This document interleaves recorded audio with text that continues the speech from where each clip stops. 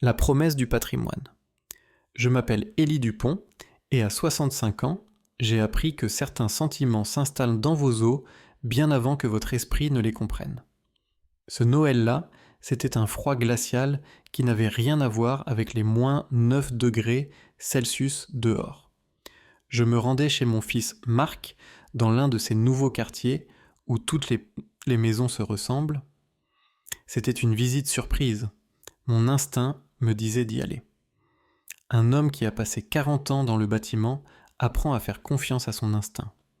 Les appels avec Marc avaient changé au cours de l'année précédente. Maintenant, ils étaient lourds de non-dits, se terminant toujours par un chiffre. Un chiffre pour les nouvelles taxes foncières. Un chiffre pour le projet d'aménagement paysager que Juliette voulait. Ce n'était plus juste un appel, c'était une facture. Et Juliette, ma belle-fille, parlait de ma maison comme si elle était déjà... comme si j'étais juste un gardien errant dans ma propre vie. Ma défunte épouse, Rose, l'avait vu venir. Élie, ce garçon a un bon cœur, mais son dos est fait de coton. Tu dois être le chêne, parce qu'il pliera au moindre vent fort. Juliette était un ouragan. En tournant dans leur rue, je savais que ses craintes étaient devenues réalité. La maison était illuminée comme une carte postale, mais mes yeux furent attirés par une ombre recroquevillée près de la porte du garage. Mon cœur s'est serré. C'était Léo, mon petit-fils. Il était assis sur le béton gelé, serrant ses genoux contre sa poitrine. Il ne portait qu'un t-shirt fin et un short par moins 9 degrés Celsius. J'étais sorti du véhicule avant qu'il ne s'arrête complètement. Ses jambes étaient couvertes de chair de poule. Ses lèvres avaient une teinte bleuâtre terrifiante. J'ai arraché ma veste et l'ai enroulée autour de lui. Il était froid comme un bloc de glace. « Léo, que s'est-il passé ?» Guillermo. Il a levé les yeux vers moi, plein de larmes gelées. J'ai renversé le jus de raisin sur le nouveau tapis de maman. La rage dans ma poitrine brûlait. Pour une tâche. Ils avaient mis leur enfant de 8 ans dehors pour geler à cause d'un bout de tissu. Le rire venant de l'intérieur sonnait comme une moquerie. J'ai regardé la forme tremblante de Léo, puis la maison chaude, et un interrupteur s'est allumé en moi. Je n'ai pas sonné. Avec Léo blotti dans mes bras, je me suis dirigé vers la lourde porte en chêne et je l'ai ouverte d'un coup de pied. Le fracas a tout fait taire. Toutes les têtes se sont tournées vers moi. Marc et Juliette, au bout d'une longue table chargée d'une dinde, recevaient une demi-douzaine de leurs nouveaux amis importants. Juliette a été la première à se reprendre. « Papa, vous auriez dû appeler. » Que vient de mon chemin d'un. Je me suis avancé au centre de la pièce, mes bottes boueuses souillant le tapis blanc immaculé pour lequel Léo avait été puni. J'ai doucement posé mon petit-fils sur une chaise. Je me suis tourné vers mon fils et sa femme. J'ai laissé le silence s'étirer. Enfin, j'ai parlé lentement, calmement, avec tout le poids des 40 dernières années. Cette maison est encore à moi. L'air dans la pièce est devenu glacial. La couleur a quitté les joues de Juliette. Marc avait l'air d'avoir été frappé par la foudre. Un par un, leurs amis ont commencé à fuir. Juliette a essayé de les retenir, mais personne n'écoutait. Bientôt, il ne restait plus que nous 4. J'ai ignoré Marc et Juliette complètement. Je me suis agenouillé et ai pris les mains glacées de Léo. « Allons te réchauffer, champion. » Je l'ai conduit dans la cuisine rutilante et ai fait couler l'eau jusqu'à ce qu'elle soit tiède. J'ai trouvé du bouillon de poulet et l'ai mis sur le feu. Juliette ne pouvait pas supporter le silence. « Vous êtes incroyablement dramatique. C'était une punition. Les enfants ont besoin de discipline. Savez-vous combien ce tapis a coûté ? Il doit apprendre que les actions ont des conséquences. » J'ai arrêté de remuer et les regardé. Je n'ai pas dit un mot. J'ai juste tenu son regard, laissant mes yeux lui dire tout. Marc est entré derrière elle. « Papa, allez. » C'était juste pour lui donner une leçon. Il ne pouvait même pas me regarder. Les mots de Rose résonnaient dans mon esprit. Un dos fait de coton. Mon fils était une marionnette dont les ficelles étaient tirées par la vanité de sa femme. Il ne punissait pas Léo pour lui apprendre. Il le punissait parce qu'il les avait dérangés. J'ai versé le bouillon chaud dans une tasse, trouvé une couverture en laine et me suis assis avec Léo sur le canapé, loin d'eux. Cette nuit-là, je leur ai dit que je restais. J'ai pris la chambre d'amis, mais le sommeil était impossible. Après 1 heure, je me suis levé et ai marché jusqu'à la chambre de Léo. Il dormait d'un sommeil agité. Je me suis assis dans un fauteuil, juste à le regarder respirer. Au bout d'un moment, ses yeux se sont ouverts. Il m'a juste regardé. Je n'arrivais pas à dormir, champion. Il s'est assis et a ramené ses genoux contre sa poitrine. Enfin, sa voix est venue, petite et fragile. Ce n'est pas la première fois. Mon cœur s'est alourdi. Quoi donc, fiston ? Me faire enfermer dehors ? Une fois, j'ai mis de la boue sur les baskets blanches de maman. Elle m'a fait rester sur la terrasse sous la pluie. Quand j'ai cassé un vase, papa m'a pris mon jeu vidéo. Il parle toujours des affaires, du prix des affaires. Il m'a enfin regardé. Mais parfois, il m'oublie juste. Ils sortent dîner avec leurs amis et la babysitter ne vient pas. Chaque mot était un coup. Ma promesse à Rose m'est revenue en force. Protège-les, Ellie. J'avais observé de loin, en voyant des chèques, pensant que c'était suffisant. J'avais été un idiot. Je n'allais pas juste sauver mon petit-fils du froid. J'allais le sauver de ses parents. Le lendemain matin, j'ai trouvé Marc et Juliette dans la cuisine, se déplaçant comme 2 étrangers hostiles. Je les ai ignorés. J'ai préparé du porridge à Léo, un repas simple et solide. Quand il a fini, j'ai laissé le silence s'étirer. Enfin, je me suis tourné vers eux. Je ramène Léo chez moi pour quelques jours. La tasse de Juliette a heurté le comptoir. Qu'est-ce que vous avez dit ? Vous m'avez entendu. Son visage s'est empourpré. Vous n'avez pas le droit. C'est mon fils. C'est ma maison. Vous essayez de me miner en tant que mère. Marc s'est levé, se plaçant entre nous. Papa, on sait qu'on a eu tort hier, mais c'est trop. Tu ne peux pas juste l'emmener. Je regardais mon fils, terrifié par le conflit. Il n'y a rien à discuter, Marc, a craché Juliette. Ton père essaie d'enlever notre fils. J'ai posé ma tasse dans l'évier. Je ne demande pas votre permission. Je vous informe de ma décision. Je leur ai tourné le dos et suis monté à l'étage. J'ai rempli un sac avec des vêtements pour Léo. Quand j'ai fini, j'ai tendu la main. Il l'a prise sans hésiter. Nous sommes descendus ensemble.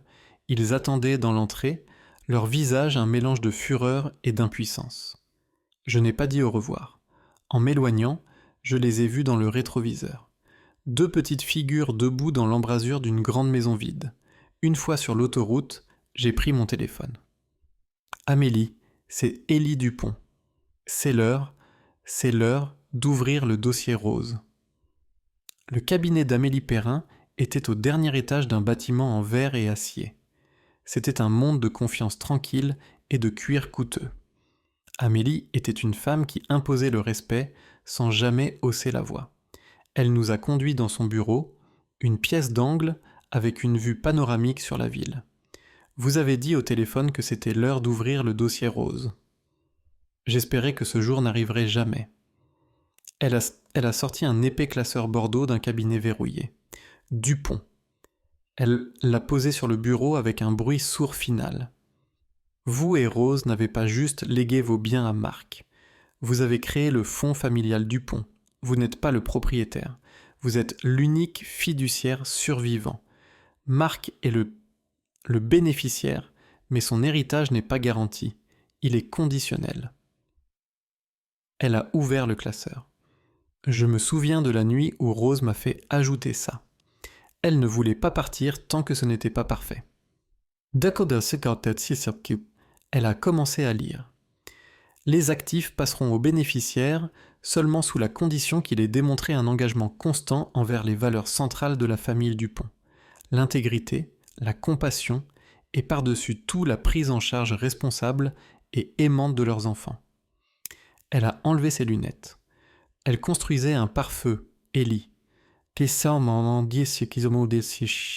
Cette clause vous donne le pouvoir ultime de discrétion.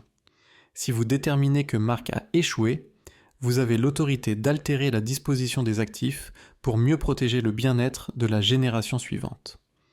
J'ai enfin compris. C'était l'acte le plus féroce d'amour d'une mère que j'ai jamais vu. Elle avait raison sur tout. Amélie a hoché la tête. Mais nous devons être intelligents. Votre décision doit être un dossier documenté, bâti sur des faits incontestables. Alors, racontez-moi tout. Les jours suivants, j'ai passé du temps avec Léo dans ma petite maison. Le regard tendu dans ses yeux commençait à s'estomper. Mon téléphone vibrait constamment avec des appels de Marc et Juliette. Je les ai tous ignorés. Au 3e jour, j'ai répondu à Marc. J'ai sorti l'enregistreur numérique qu'Amélie m'avait donné et l'ai posé à côté du téléphone. J'ai mis l'appel sur haut-parleur et appuyé sur enregistrer. « Papa ?» La voix de Marc était tendue. « Il faut que tu ramènes Léo à la maison maintenant. » J'entendais Juliette murmurer en fond. « Tu n'as pas le droit de faire ça. » « C'est notre fils. »« Est-ce qu'il va bien ?» ai-je demandé calmement. Il y a eu une pause. « Bien sûr qu'il va bien. Ce n'est pas le problème. » En fond, Juliette. « La maison, Marc, parle-lui de la maison. Papa, il faut que tu penses à ce que tu nous fais.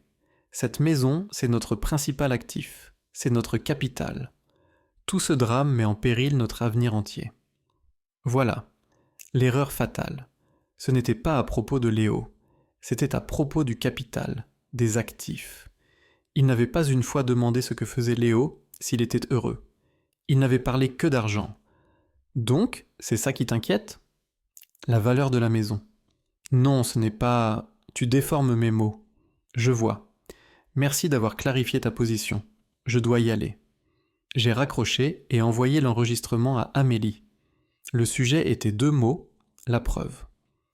Ma première action a été la visite chez le médecin. Le docteur Lefebvre a examiné Léo avec soin. Après, il m'a demandé de rester. « Élie, je suis inquiet.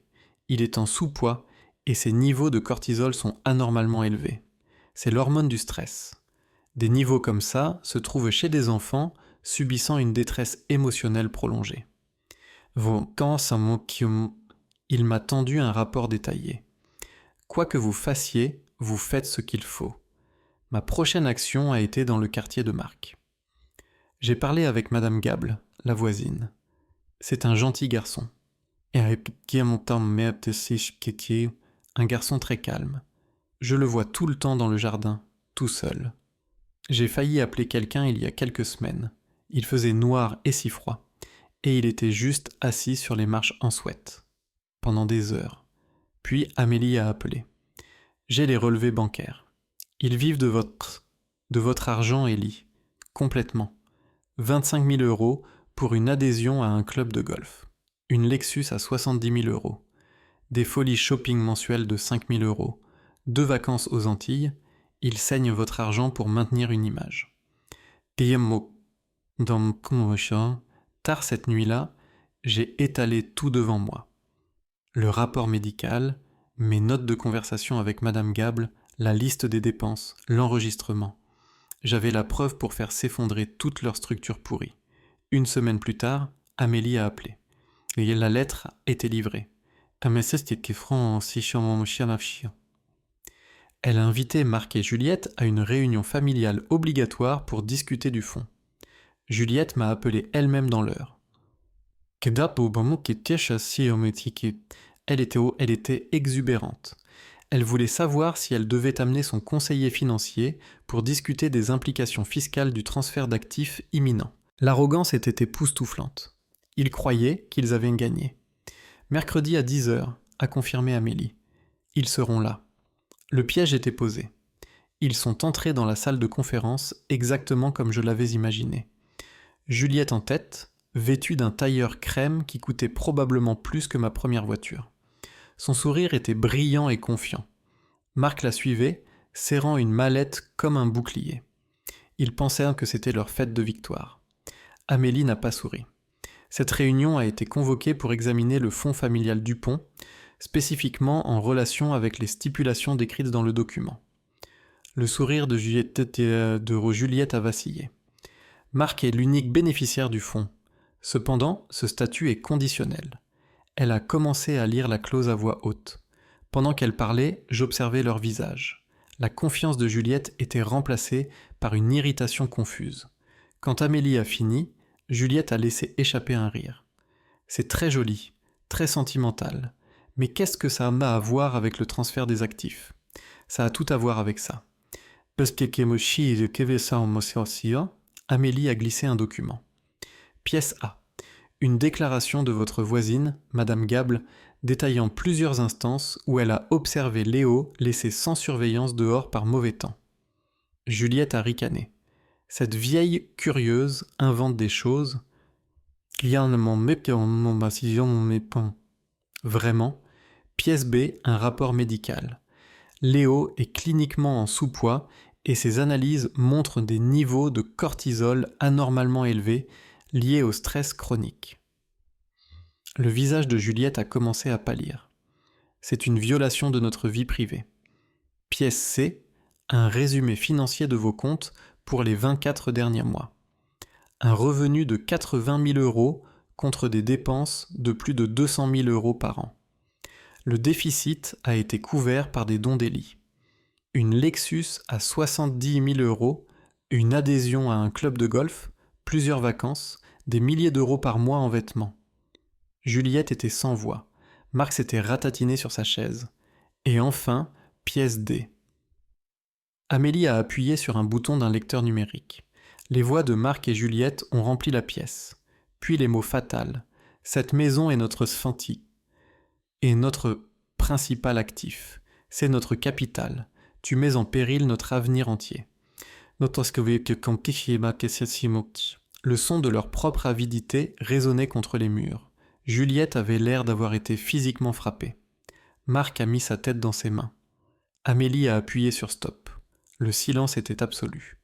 Amélie a laissé le silence planer. Puis elle a parlé. Sur la base des preuves présentées ici aujourd'hui, c'est la conclusion du fiduciaire que vous êtes en violation profonde de la clause de l'héritage familial. Par conséquent, votre statut de bénéficiaire du fonds familial Dupont est suspendu indéfiniment. Juliette a émis un son étouffé. Marc n'a même pas tressailli. De plus, tous les actifs, y compris la propriété au 123 rue des Érables, seront immédiatement liquidés et transférés dans un nouveau fonds protégé. L'unique bénéficiaire sera Léo Dupont. Monsieur Élie Dupont agira en tant que fiduciaire pour l'éducation et le bien-être de Léo jusqu'à ce qu'il atteigne l'âge de 25 ans. Pour la première fois, j'ai parlé. Laissez-moi vous le dire clairement. Vous avez 30 jours pour quitter la propriété. La maison sera vendue. Vous ne recevrez pas un seul centime. C'était ça. Ce n'était pas une vengeance. C'était un acte de restauration. C'était la promesse que j'avais faite à ma femme, accomplie. 6 mois ont passé depuis ce jour. La grande maison froide est partie, vendue à une nouvelle famille. L'argent est maintenant la fondation du fonds Léo Dupont, une forteresse de sécurité. J'ai entendu que Marc et Juliette ont déménagé dans l'ouest de la France. Ma colère s'est estompée, ne laissant qu'un chagrin calme. J'espère qu'ils trouvent leur chemin. Mon chemin est ici, dans ce petit appartement qui donne sur un parc. L'air est rempli de l'odeur de ma cuisine et du rire de Léo, un son que j'entends de plus en plus chaque jour. Le regard hanté dans ses yeux a été remplacé par l'étincelle brillante d'un garçon qui se sent en sécurité. Il est enfin libre d'être juste un enfant. En ce moment, il est assis à la table de la cuisine, mâchonnant le bout de son crayon pendant qu'il réfléchit à un problème de maths. Il lève les yeux vers moi, un froncement frustré sur le visage. Je m'approche et m'assois à côté de lui. Tu essayes de tout faire dans ta tête. Essaie d'écrire étape par étape. C'est comme ça qu'on construit quoi que ce soit, champion. Une pièce solide à la fois. Il hoche la tête, commence à écrire, et un moment plus tard, son visage s'illumine. J'ai compris. Son sourire pourrait éclairer toute la ville. Ma femme Rose disait toujours qu'il est facile de construire une maison, mais qu'il faut une vie entière pour construire un foyer. Pendant longtemps, j'ai pensé que j'avais échoué. Mais maintenant, en regardant mon petit-fils, je réalise qu'on m'a juste donné une seconde chance. Ce n'était pas la fin de notre famille, c'était le début d'un vrai héritage. Un héritage non mesuré en euros, mais en moments calmes comme celui-ci, en amour, en dignité et en la promesse simple et incassable d'un grand-père à son petit-fils. Et c'est une promesse que je tiendrai pour le reste de mes jours.